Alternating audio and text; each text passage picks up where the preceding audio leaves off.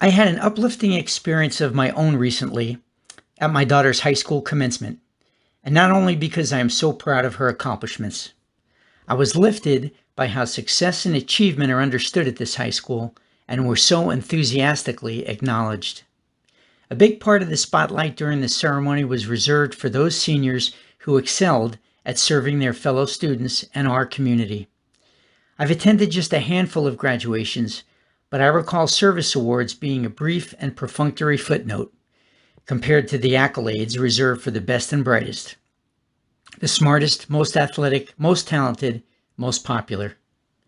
At my daughter's high school, those who serve others are the best and brightest, and were so acknowledged. This leaves me hopeful. Not everyone is destined to change the world through professional accomplishment, but anyone can change the world for the better by serving others. This includes how we make our living and how we live our lives. Jesus washed the feet of his disciples to make just this point. He explained in John 13, saying, "Do you understand what I have done for you? You call me teacher and Lord, and rightfully so, for that is what I am. Now that I, your Lord and teacher, have washed your feet, you also should wash one another's feet. I have set an example that you should do as I have done for you." Yes, Jesus set us an example.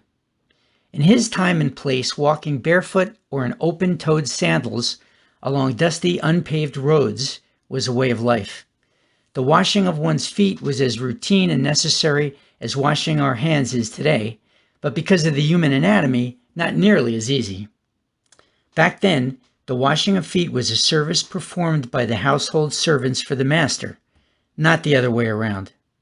By washing the feet of his disciples, Jesus turns the practice on its head and makes a powerful point about the true nature of leadership and the sacred value of serving others.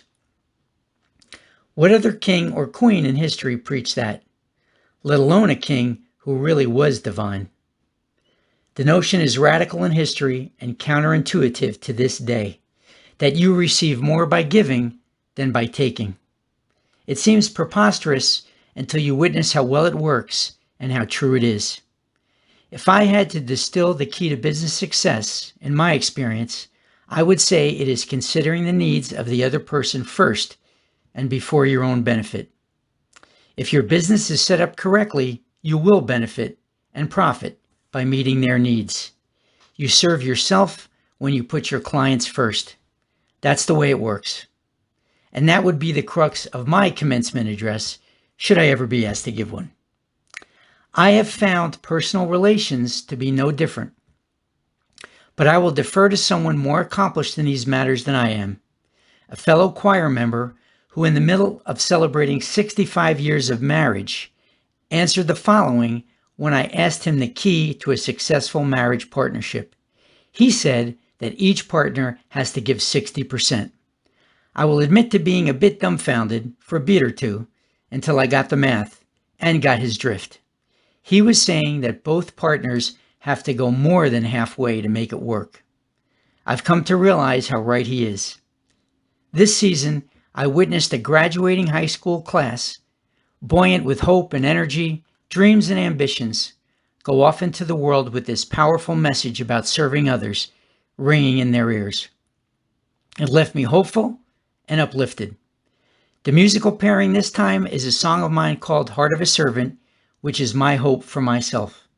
Until next time, be brave, be strong, and keep walking in the light.